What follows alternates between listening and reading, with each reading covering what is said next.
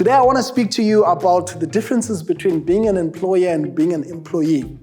A lot of people want to go and start their own businesses without understanding the risks and the difficulties that entrepreneurs face. So I just want to paint a picture for you and I today so that we can get a better understanding of what some of the benefits of being an employee are and what some of the disadvantages of being an entrepreneur are. So number one, security. As an employee, one of the things that you have is security, and this is a nice thing to have. So that means that you know at the end of the month, no matter how hard you work or no matter how lazy you are, chances are you are going to get paid. Entrepreneurs don't have that.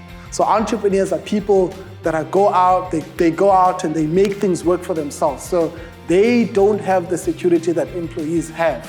Number two, remuneration, which is linked to security as well. As an employee, you don't decide how much money you get paid. As an entrepreneur, you decide. You set your own targets.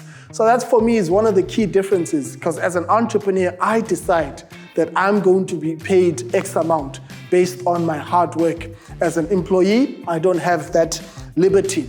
And even in terms of time, as an employee, you work a 9 to 5. But as an entrepreneur, there is no 9 to 5. And this is the culture and reality of entrepreneurship. These are the things that we don't talk about. There's no 9 to 5. You are on call 24/7 whenever your clients need you, especially when you're starting.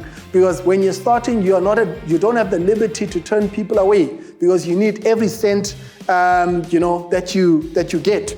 And number four, room for laziness. As an entrepreneur, there's no room for laziness. If you slack, guess what happens? Your money slacks as well. But as an employee, if you slack, the best you could get is maybe a written warning. But that's not going to affect your salary at the end of the month. So as an employee, there is a bit of room for laziness. As an entrepreneur, there's minimal room for laziness. And lastly or finally, this is something very, very important to me, is as an entrepreneur, you get to pass on a legacy. And as an employee, you can't do that. You can't pass on your job to your children. You can't pass on your job to other people in your family. But as an entrepreneur, you have the liberty and the privilege of being able to pass on whatever that you're building to the next generation.